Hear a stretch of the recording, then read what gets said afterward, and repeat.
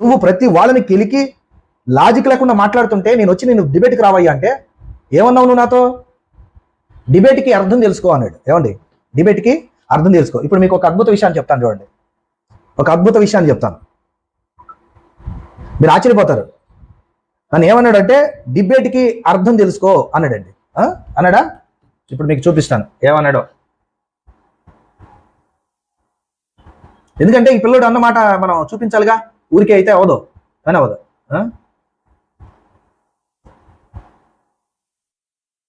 చూడండి,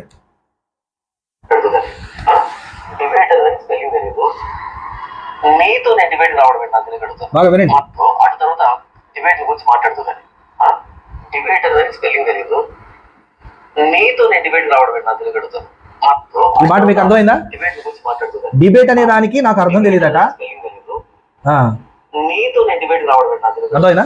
చూడండి, ఆ తర్వాత డిబేట్ గురించి మాట్లాడుతుందని ఇది స్పృహ అండి. డిబేటర్ అని స్పెల్లింగ్ తెలియదు. నేను నిజంగానే డిబేట్ అనే దాన్ని స్పెల్లింగ్ తప్పు రాశా. ఏమండి, ఇదిగో చూడండి, డిబేట్ అనే దానికి స్పెల్లింగ్ తప్పు రాశా. నేను మానవుడినే కదా, మానవ తప్పిదం. కానీ ఏమన్నాడు ఈ పిల్లడు? చూడండి, ఇది నేను స్పెల్లింగ్ తప్పు రాశా. ఎగ్జాక్ట్గా నేను డిబేట్ స్పెల్లింగ్ తెలుసుకుని వస్తే మనం డిబేట్ చేద్దాం అన్నాడు. రైట్, నేను తెలుసుకున్నా, DEBATE డిబేట్ వచ్చేసింది. అప్పుడు డిబేట్ గురించి ఆలోచిద్దాం అన్నాడు. మీరు ఎవరైనా ఉత్సాహవంతులు మనోడికి ఫోన్ చేసి జాన్ సురేష్ అన్న డిబేట్ అనే పదానికి అర్థం తెలుసుకున్నాడంట బ్రదర్, మీరు డిబేట్కి రావాలి అన్న, చాలా ఉత్సాహంగా ఉన్నాడు చెప్పండి. ఇది మీరు చెప్పండి, ఇది వాక్యానుసారమా? నిజంగా మీరు వాక్యాన్ని చదువుతున్నారు కదా, మీరు ఖండించాలి. డిబేట్ చేయడానికి ఆ పదమే డిబేట్ చేయడానికి అనర్హత అయితే ఇప్పుడు మీరు ఒక షాకింగ్ విషయం చూపిస్తాను చూడండి. మీరు చూడాలి, ఎందుకంటే ఇట్లాంటి మూర్ఖుల్ని ఈ సమాజంలో ఈ పిల్లోడు ఏది తప్పు అంటాడో అవే చేసుకుంటూ వెళ్తాడండి. మీరు చూడండి, ఏవి తప్పు అంటాడో అవే చేసుకుంటూ వెళ్ళిపోతాడు. ఇదిగో మీకు కనపడుతుందా ఇక్కడ? నన్ను ఒక పదాన్ని మిస్టేక్ చేశానని నేను డిబేట్ చేయడానికి అర్హుని కాదన్నాడు కదా. ఇప్పుడు చూడండి, మీకు తెలియాలి.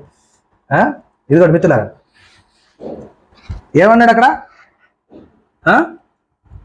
మీకు క్లియర్ కనపడుతుందా ఇక్కడ? చూడండి, జాక్ పంతం ప్రజల సొమ్ము సొంతం అనాలి కదా. నన్ను అన్నాడు ఈ మహానుభావుడు, ముందు డిబేట్కి అర్థం తెలుసుకోనరా అని. ఇప్పుడు ఈ పిల్లడు చూడండి, తెలుగు, నేనన్నా ఇంగ్లీష్, అది మన భాష కాదు. మన భాష కాని భాషలో నేను ఒక స్పెల్లింగ్ మిస్టేక్ చేస్తే నీకు డిబేట్ అంటే అర్థం తెలియదు, నీతో నేను డిబేట్ చేసేది ఏంటి సాగదీసి. చూడండి, ఇప్పుడు ఏం రాశాడు? ప్రజల సొమ్మ పజ్జరాల సొమ్మ. మిత్రులారా మీరే చెప్పాలి, తెలుగు రాలే ఈ పిల్లోడికి. ఈ పిల్లోడు డిబేట్లు చేస్తాడంట. చెప్పండి, ఇప్పుడు నన్ను అన్నాడు కదా ఈ మాట, ఇప్పటికీ డీలా, రేపు తీసుకుంటాడు. ఇప్పుడు నేను చెప్పానుగా, ఆయన అనుసరించే వాళ్ళని నేను చెప్పాలి. ఇది డాంబికాలు. నీకు డిబేట్ చేయడానికి నా దగ్గర సబ్జెక్ట్ ఉందా లేదా అనేది ముఖ్యం. నువ్వు డిబేట్ ఆయన మాట్లాడినవో వాళ్ళు చెప్పే కారణాలు, నీతో ఆయన డిబేట్ చేసే అంత స్థాయి అయింది. అమ్మా, అంత పెద్దోడా? అసలు ఇది కారణాలా? నేను ఎంత పెద్దోడనో, నేను ఆ స్థాయి ఏంటో ఆ పిల్లోడికి తెలుసు. అర్థమవుతుందా? ఆ పిల్లోడికి తెలుసు. డాంబికాలకు వెళ్ళొద్దు మిత్రులారా. ఇప్పుడు ఏమన్నాడు నాతో? డిబేట్ అనే దానికి అర్థమే తెలియదు నీకు, నీతో డిబేట్ అని అన్నాడు.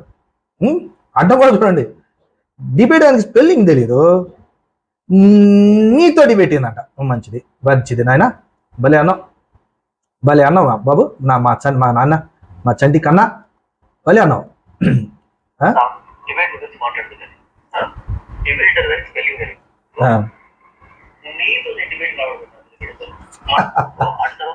ఇప్పుడు ఈ మాట అన్న ఈ పిల్లోడు ఏం చేయాలి మిత్రులరా?